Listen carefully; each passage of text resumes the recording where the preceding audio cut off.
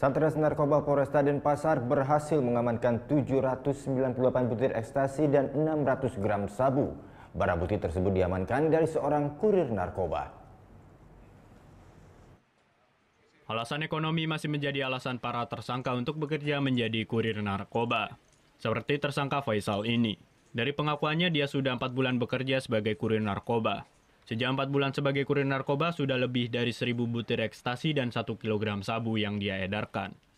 Cara transaksi yang dia gunakan sama seperti kurir lainnya, yakni dengan sistem tempel. Untuk menghindari kecurigaan petugas maupun masyarakat, paket narkoba yang dia edarkan dikemas seperti bungkus permen. Dia bekerja dikendalikan oleh seorang napi bernama Dani yang tidak diketahui keberadaannya. Untuk sekali tempel dia mendapatkan upah 50.000 per paketnya. Dari hasil kerjanya dalam sehari dia mendapatkan upah ratusan hingga 1 juta rupiah. Namun usahanya ini kini terhenti setelah dia ditangkap petugas dari Satres Narkoba Polres Denpasar pada 23 Januari 2019. Pasnya masih kita lakukan penyidikan, semoga atasan dia yang memerintahkan untuk melakukan penjualan narkotik ini bisa terungkap.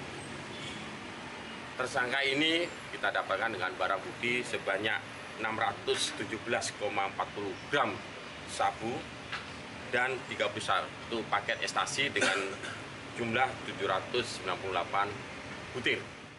Akibat perbuatannya, tersangka terancam hukuman maksimal 20 tahun penjara. Surya Sanjaya melaporkan untuk NET.